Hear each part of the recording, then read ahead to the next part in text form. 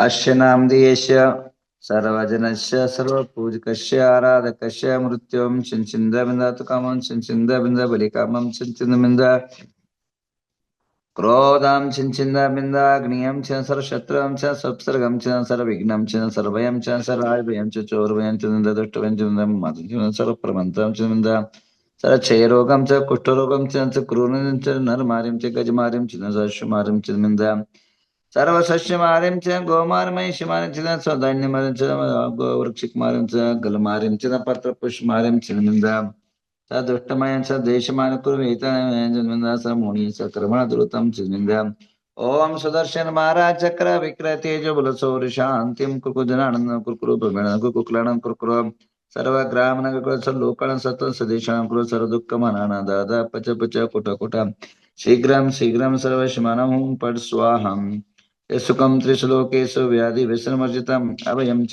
स्वस्ति श्रीमस्तु कृतो चंद्रप्रभास कुमरमें पाष्णतेभ्यो नमः मंत्रेण नवगदार गंधोदर्शनम करोमि स्वाहा ओम नमो वैवदोड्डमानसरिसं चक्रं जलतं गच्छयाय संपायसं जैव विवादेवा तंबेन वारनंगिन वारायण वामोयन मा सब जीव सत्ता नम अपराजितो भूतु भूतु रख रख स्वाहा ओम राम नमो हरिंत ओम ह्रीं नमो हरिंतानम ओम राम नमो सिद्धानम ओम रूम नमो ऐर्यानम ओम रोम नमो अज्जायनम ओम रा नमो लोवे सब सवनम सर्वापमृत्युम गाते गाते आयुष वर्धे वर्धे स्वाहा ओम ह्रीं नमो हरिंतानम सिद्धानम सूर्यनम अज्जायनम सावनम मृत्युवृद्धि समाहितम कुरकुरु स्वाहा ओम ह्रीं नमो हरिंतानम सिद्धानम सूर्यनम अज्जायनम सूर्यनम अज्जायनम सावनम अमृत्युवृद्धि समाहितम कुरकुरु स्वाहा ओम ह्रीं नमो हरियंताणं सिद्धाणं सूर्यनमज्जायनं सावनम् अमृत्युवृद्धि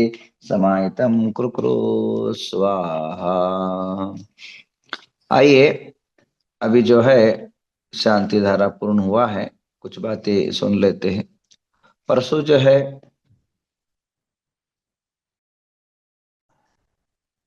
बड़ौद के अंदर दुर्घटनाएं घटी। कम से कई लोग बोल रहे हैं 7 लोग मरे, कई लोग 8 लोग बोल रहे हैं, कोई 18 लोग बोल रहे हैं मरे बड़ौद के अंदर, मेरठ के अंदर। मुझे बोलना इसलिए पड़ रहा है, वो मेरी दीक्षा की भूमि है और ऐसी घटनाएं न घटित होना था। बड़ी दुखद घटना है और उन परिवार के साथ मैं दुख के साथ हूं और उनके ऐसा प्रहर नहीं होना था। अब जो हुआ उसके लिए बड़ा ही खेद व्यक्त करता हूं। अब आगे ऐसा आइंदा ना हो, इसके लिए भी चिंतन मंथन होना जरूरी है। और जो हुआ है उनके लिए गवर्नमेंट जो तारतम्य भावना अपना रही है, ये भी बड़ा विचित्र लगता है मुझे। कल जो है कुंभ मेला में 50 लोग मरे, हर एक को 25 लाख रुपए दिया गया, परंतु हमारे जैन समाज के लोग मरे परंतु 1 रुपया गवर्नमेंट से सरकार सहयोग नहीं हुआ। यह बड़ा दुखद घटना है, क्योंकि जैन समाज के मनुष्य मनुष्य है, अन्य समाज के मनुष्य मनुष्य है। उनके भी परिवार है और हमारे भी परिवार है, परिवार में कोई तारतम्यता नहीं होना चाहिए। और वैसे भी उत्तर प्रदेश के योगी राज है, आदित्यनाथ से मैं कहना चाहूंगा कि भेदभाव न बरते। मनुष्य मनुष्य, इंसान इंसान है और मरने वाले के दुख सेम होते हैं और असहाय अनाथ हो जाता है।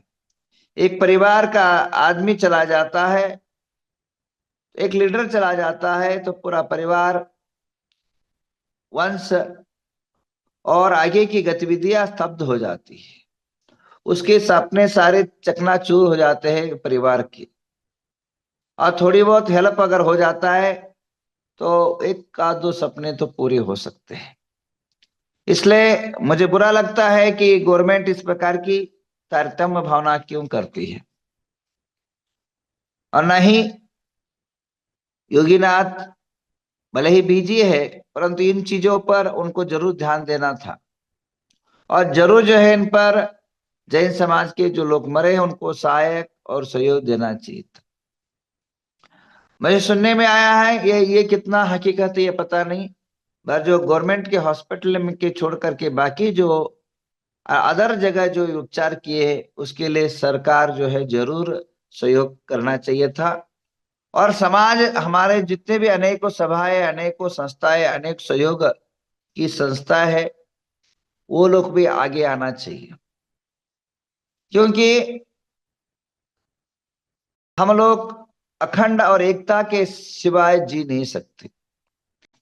हमारी कदर इसलिए नहीं होती है क्योंकि हम बटे हुए लोग हैं, हमारी विचारधारा बटी हुई है, हमारी भावनाएं बटी है, हमारी समाज बटी हुई है, और हम लोग मात्र मंदिरों के अंदर लड़ाइयां करते हैं, रोड पर लड़ाई नहीं करते हैं। और हम लोग जैन समाज कभी जो है हक से मांगते नहीं है, परंतु ये बात अब जो है ऐसे रहेंगे तो हमें कोई पूछेगा नहीं। आज माँ के सामने बच्चा रोता नहीं है, रोती नहीं है, तो कोई दूध नहीं पिलाता। तो इसलिए मैं जो बड़ौत की दुर्घटनाएं घटी है उस पर संतप्त व्यक्त करते हुए गवर्नमेंट से सचेत ना करना चाहूंगा, उन्हें याद दिलाना चाहूंगा कि आप जो कर रहे हैं ये दोहराए नीति नहीं चलेगी, और हमारे जो लोग दुर्मरण को प्राप्त हुए हैं, दुर्घटना को प्राप्त हुए हैं, उनके साथ आपको खड़ा रहना पड़ेगा और रहना ही चाहिए। और आज मैं दोपहर को प्रधानमंत्री को और मुख्यमंत्री को लेटर लिखूंगा कि इस प्रकार की जो वर्तना हुई है वो गलत है और आप इसके सहयोग सहकार करना चाहिए, क्योंकि जो दुर्घटना है वो अचानक हुई है। ये दुर्घटनाएं आगे ना घटे इस पर भी चिंतन होना चाहिए। सबसे पहले अनेकों जगह पर पंच कल्याणों पर शिखरों पर पहाड़ बनाया जाता है, मानस पर पहाड़ बनाया जाता है, मूर्तियों पर पहाड़ बनाया जाता है। तो सबसे पहले जो है पीडब्ल्यू से हमें एक सर्टिफिकेट लेकर के उसकी जो कैपेसिटी है उसके ऊपर लोड ले देने का, जो कितना कैपेसिटी कितने चढ़ सकते हैं, एक सर्टिफिकेट लिया जाए तो बहुत अच्छा रहता है। अब आगे कोई भी करे कार्यक्रम जो है, इतने सारे हम लोग खर्च करते हैं, एक आधो वॉचमैन को रख करके, क्यू लगा करके, या वॉलेंटियर या नवयुवक मंडल को रख करके जिम्मेदारी दे करके उसकी पायड़ की कैपेसिटी सर अगर छोड़ी दी जाए तो निश्चित रूपे ना ये कार्यक्रम जो है सफल हो सकता था और विघ्न टल जा सकता था। कई लोग की विचारधारा है 25 साल से करते आ रहे, जो अति विश्वास है कभी कभी दुर्घटना का कारण बन जाता है। शुभ कार्याणि बहु विघ्नानि, शुभ कार्य के लिए अनेकों विघ्न आते हैं, अनेकों कष्ट आते हैं। अच्छे काम करने जाओ अनेकों प्रकार की समस्या का सामना करना पड़ता है, पर हमें उन जो पिछले दिनों में गए हुए समस्याओं को हल करने के चिंतन करना चाहिए। पिछले दिनों में जो दुर्घटनाएं घटी वो दोबारा न घटे इसके लिए विचार करके हमें आगे कदम रखना चाहिए। नवग्रह तीर्थ के अंदर विगत दिनों के अंदर ही महामस्तकाभिषेक हुआ, हजारों ने लाखों लोग आके गए चढ़े। तो हम लोगों ने यही सबसे पहला पायड़ बनाने के बाद कम से कम 15 जगह पायड़ बना, 10 मूर्ति पर, एक शिखर पर और सुमेरु पर्वत पर। तो हरे और जहां स्टेज है वहां तो सभी जगह का गवर्नमेंट से सर्टिफिकेट लिया गया कि आप इतने आदमी को चढ़ा सकते हैं। तो गवर्नमेंट जो सर्टिफिकेट देती है अगर 50 आदमी का, 1000 आदमी का, तो तदनुसार जो है हम लोग लोड अगर उस पर दिया जाए तो किसी प्रकार की समस्याएं निर्माण नहीं होती। हमारे यहाँ लाखों लोग चढ़े परंतु किसी का कोई क्षति नहीं हुआ, कारण एक अनुशासन, एक शासन एक क्रमेण अगर छोड़ा जा जाता है तो निश्चित रूपे ना ये दुर्घटनाएं नहीं घटती है। एक ही जगह एक साथ अगर आदमी रुकता है तो एक पर लोड पड़ता है, और एक अगर टूट जाता है तो एक दूसरे को जो है सारी जो है बिल्डिंग धराशायी हो जाती है। जो स्ट्रक्चर है वह गिर जाता है। एक दो लकड़ी टूट जाए तो सारी टूटना शुरू हो जाता है। तो यही घटना हुई। जो ऊपर चढ़ना है शांति धारा में एक साथ रुक गए लोग, और आगे बहाव नहीं हुआ, और एक साथ रुकने के कारण पूरा जो है नीचे गिर गया। तो मेरा कहने का तात्पर्य यह है, अगर कंटिन्यू आना जाना रहता था तो कुछ नहीं होता। और लकड़ी के नीचे जो बांधा जाता है, जो काता बोलते हैं या रस्सी बोलते हैं, शायद हो सकता था उस आदमी ने पुराना वहां बांधा हो, क्योंकि बहुत ज्यादा लगता है इसलिए पुराना नया मिक्स करके बांधा हो। वो भी हो सकता है, या वो लकड़ी जो यूज किया हो वो भी पुराना हो सकता है। सारी लकड़ी तो नया यूज नहीं करेगा। तो ये सारी बहुत सारी चीजें थी।